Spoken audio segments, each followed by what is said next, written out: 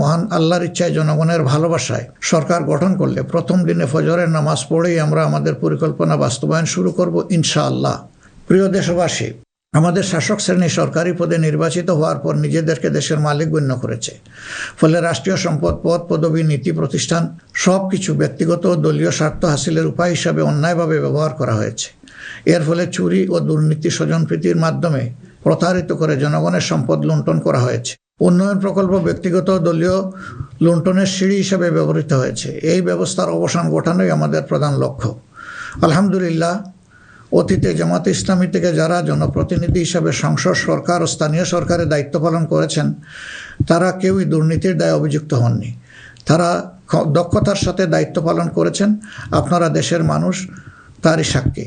প্রিয় দেশবাসী, আগামী জাতীয় সংসদ নির্বাচন জাতিকে একটি নতুন স্বপ্নের দিকে নিয়ে যাওয়ার এক মহা সুযোগ হিসাবে এসেছে। যেসব সমস্যা আমরা বিগত দিনে সমাধান করতে পারিনি, যে লুটেরা গোষ্ঠীকে আমরা নিয়ন্ত্রণ করতে পারিনি, সেসব সমস্যার সমাধান এবং লুটেরা গোষ্ঠীর নিয়ন্ত্রণের সুযোগ হচ্ছে আগামী নির্বাচন। তাই জনগণকে ঠিক করতে হবে আমরা আমাদের নিজেদের জন্যে, আমাদের তরুণ প্রজন্মের জন্যে, আমাদের নারীদের জন্যে, বয়স্ক মানুষের জন্যে, প্রান্তিক জনপদের জন্যে, শ্রমিকের জন্যে, উদ্যোক্তাদের জন্যে কোন বাংলাদেশ চাই। আমাদেরকে প্রশ্ন করতে হবে, আমরা কি সমাজে শৃঙ্খলা প্রতিষ্ঠা করতে চাই?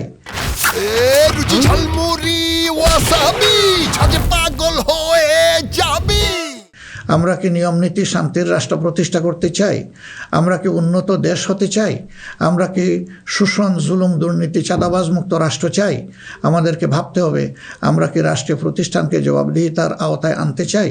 যোগ্যতা ও সততাকে সরকারি পদের জন্য মৌলিক শর্ত করতে চাই? আমরা কি আমাদের জাতীয় সক্ষমতা ও সৃজনশীলতা বৃদ্ধি করতে চাই? এসব বিষয়ে যদি আমরা ইতিবাচক পরিবর্তন দেখতে চাই, তাহলে আমাদেরকে আগামী নির্বাচন নিয়ে নৈতিকভাবে ভাবতে হবে। রাজনৈতিকতার ফুলঝুরির বাইরে এসে বাস্তবতার আলোকে সৎ ও দক্ষ নিষ্ঠাবান নেতৃত্ব প্রতিষ্ঠা করতে হবে। প্রিয় দেশবাসী, জনগণ চায় একটু নিরাপত্তা, সুশাসন আর ইনসাফ। তাই আগামীর বাংলাদেশকে এসব অঙ্গীকার এবং মূল্যবোধের আলোকে সাজাতে চাই। রাষ্ট্রের মৌলিক কিছু সংস্কারের লক্ষ্যে জুলাই বিপ্লব পরবর্তী সরকার কিছু পদক্ষেপ গ্রহণ করেছিল, কিন্তু তা সম্পূর্ণ বাস্তবায়িত হয়নি।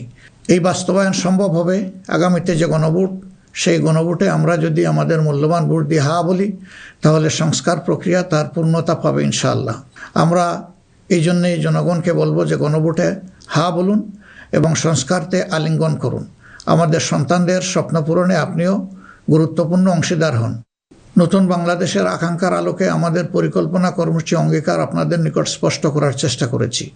বাংলাদেশে আমরাই প্রথম পলিসি সামিটের মাধ্যমে রাষ্ট্র পরিচালনার নীতি কৌশল জনগণের সামনে তুলে ধরেছি।